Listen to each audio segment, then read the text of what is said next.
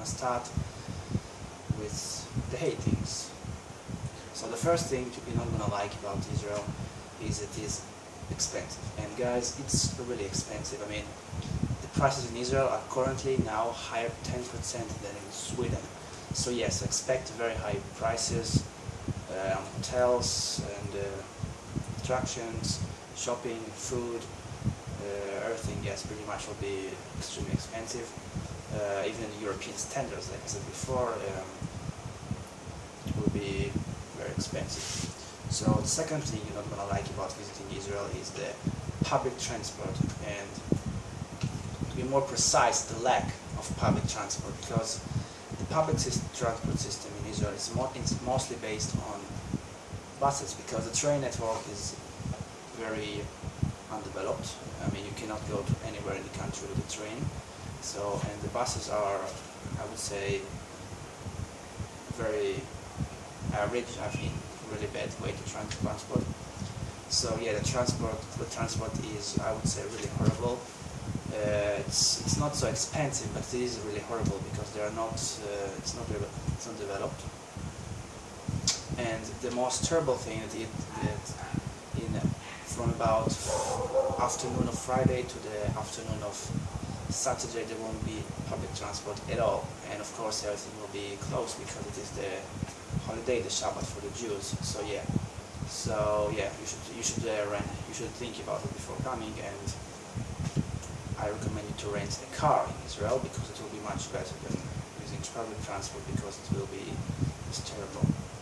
Now the third thing is actually security problems. I mean probably most of the things that you heard about Israel is about wars and conflicts and so on. So basically, as a tourist, most of the chances there are that it won't have any influence at all. But you know, it's very unexpected, and there are sometimes the security problems and terror attacks and wars, but it's kind of rare. So yeah, so I think it's not a good thing, but it probably won't so affect you. The fourth thing is that it's going to be very loud and noisy, and people are going to tend to be rude. So yeah, I'm not saying about all Israelis, but Israelis are very warm. So yeah, it will be really noisy, you know, it's going to be, many people will be rude and shouting and something like that. So yeah, it's not so much calm place. Now the fifth thing that you're not going to like is that it's going to be warm. Now guys, summer in Israel, it's pretty much 8 months a year, it's summer here in Israel. So yeah, it will be very warm, especially in July and August, but also starting from around April to around November. It will be very hot, very warm, and it is already raining, so yeah. And it's not only warm, it's also humid, it's also things you're not gonna like too much. Now enough with the things you're gonna hate, and now let's move to things you're gonna like. So the first thing you're gonna like about coming to Israel is its diversity, guys. The landscape in Israel is very diverse. You got the mountains, the green mountains of the north, you have the Golan Hills and this area, and you have the old cities like Jerusalem and so on, which are ancient cities. And you have deserts. 2/3 of the country is covered by desert. So yes, all the south and even part of the center is also desert. So yeah, and there's all the Mediterranean coastline, like in cities like Tel Aviv. So there will be beaches, you know, and resort towns. So yeah, it's a very diverse country, and the landscape is very diverse. So it's really interesting. Other thing is all the history and attractions in Israel. So probably if you're coming to Israel, you also know that you're coming to the Holy Land, and you will want to visit all the attractions, all the history sites, and there are a lot of them in Israel. All the way from the north to the south, you can find many interesting archaeological sites, plenty of history and museums and places to visit. Now, getting there, like I said before, is going to be a problem because of the lack of the public transport. So, like I said before, you should rent a car.